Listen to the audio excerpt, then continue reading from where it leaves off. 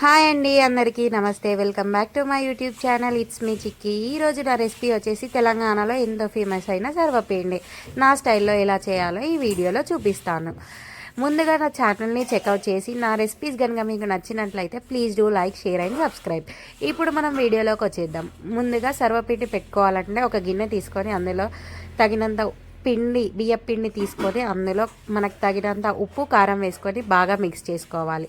తర్వాత ఒక రోల్లో కొత్తిమీరలు, జీలకర్ర వేసుకొని ఫైన్ పౌడర్లా కాకుండా కాస్త కచ్చపచ్చగా దించుకొని ఆ పౌడర్ కూడా ఆ పిండిలో వేసేసుకొని బాగా మిక్స్ చేసుకోవాలి. ఒక 10 నిమిషాల పాటు నానబెట్టుకున్న శనగపప్పులోని వాటర్ అంతా తీసేసి ఆ శనగపప్పును కూడా అందులో వేసేసుకొని బాగా మిక్స్ చేసుకోవాలి.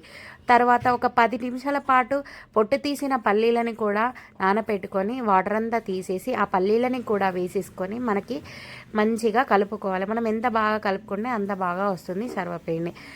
సన్నగా కట్ చేసుకున్న ఆనియన్స్ కూడా వేసేసుకొని బాగా మిక్స్ చేసుకోవాలి. అది మిక్స్ చేసుకున్న తర్వాతనే మనకు వాటర్ ఎంత తగినంత పట్టినన్ని వాటర్ కూడా వేసేసుకొని బాగా మిక్స్ చేసుకోవాలి. నేను వీడియోలో ఏ విధంగా అయితే చూపిస్తున్నానో ఆ విధంగా మిక్స్ చేసుకోవాలి. మనం కాస్త నువ్వులు కూడా వేసుకోవాలి, టేస్టీగా ఉంటుంది. నేను వీడియోలో ఎలా అయితే చూపించానో ఆ విధంగా మనకి డౌ అనేది రావాలి. అలా వచ్చిన తర్వాత చేతితో చూపిస్తుంటే చూడండి, ఆ విధంగా రావాలి మన పిండి. తర్వాత ఒక గిన్నె తీసుకొని సర్వపిండి గిన్నె లేదా నాన్ స్టిక్ ప్యాన్కైనా పెట్టొచ్చు. నేనైతే ఇప్పుడు సర్వపిండి గిన్నెకి చూపిస్తున్నాను, చూడండి.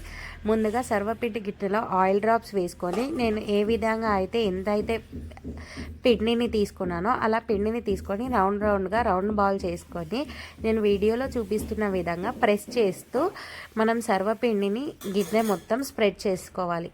అలా గిన్నె మొత్తం స్ప్రెడ్ చేసుకున్న తర్వాత మనం ఎలా అయితే కొంచెం దొడ్డుగా అయితే కావాలనుకుంటే దొడ్డుగా, సన్నం కావాలనుకుంటే సన్నంగా మనం స్ప్రెడ్ చేసుకున్న తర్వాత నేను వీడియోలో చూపించిన విధంగా 5 హోల్స్ అయితే పెట్టుకొని ఆ హోల్స్లలో కాస్త ఆయిల్ వేసి ఆయిల్ అంతా గిన్నె చుట్టూ స్ప్రెడ్ చేయాలి.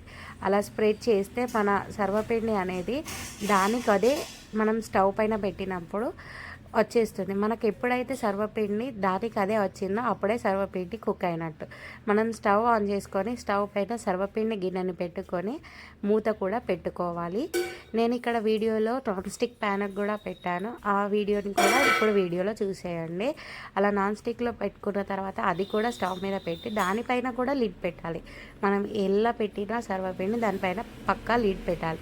వీడియోలో చూపిస్తున్న విధంగా మూత తీసేసి నేను ఎలా అయితే చూపిస్తున్నానో అలా తిప్పుకుంటూ ఉండాలి.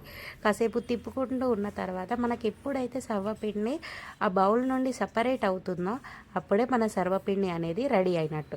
నేను వీడియోలో చూపించాను కదా, అలా సర్వపిండి వచ్చేస్తుంది, రౌండ్గా వస్తుంది. మనకి ఎప్పుడైతే విచ్చుకపోతుందో అప్పుడు సర్వపిండి కుక్ కానట్టు. అలా సర్వపిండిని అన్నది తీసేసుకొని ఒక బౌల్లో వేసేసుకోవాలి. చల్లారిన తర్వాతనే మూత పెట్టాలి, లేదంటే మెత్తగా అయిపోతున్నాయి. చూడండి, నేను వీడియోలో చూపిస్తున్న విధంగా క్రిస్పీగా రావాలంటే